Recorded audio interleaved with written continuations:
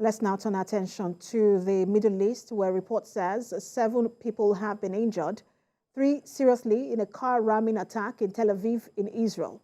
Police say a 20-year-old Palestinian man drove into pedestrians standing outside a shopping center. A police spokesman says he was shot and killed after he got out and tried to stab those around him.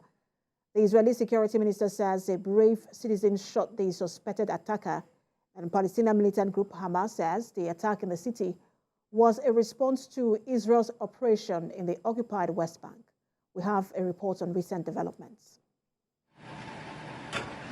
Israeli forces continued military operations in the West Bank city of Jenin Monday night, just one day after incursions killed at least 10 people between the ages of 16 and 23 and injured about 100 others. According to Palestinian officials, thousands fled their homes in the refugee camp overnight, where electricity and water services have been severely damaged.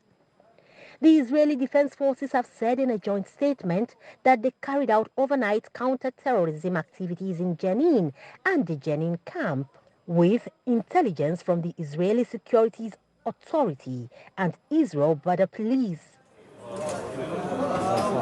According to Israel's defense forces, at least 120 people have been detained.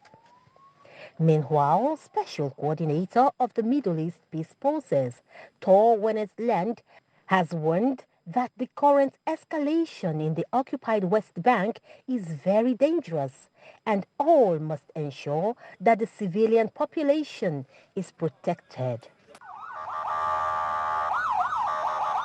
Tor Wennesland, the Special Coordinator for the Middle East Peace Process, warned today that the current Deputy spokesperson for the United Nations Secretary General, Farhan Haq, says although Israel can carry out security operations, it has to do so in such a way that avoids civilian casualties and destruction of civilian infrastructure.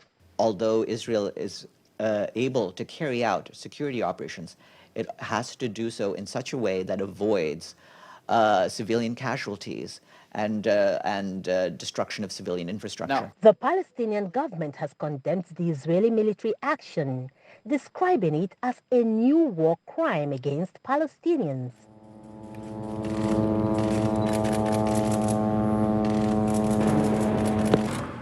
It has decided to suspend all forms of contact and security coordination with Israel in response to the aggression on the West Bank city of Jenin.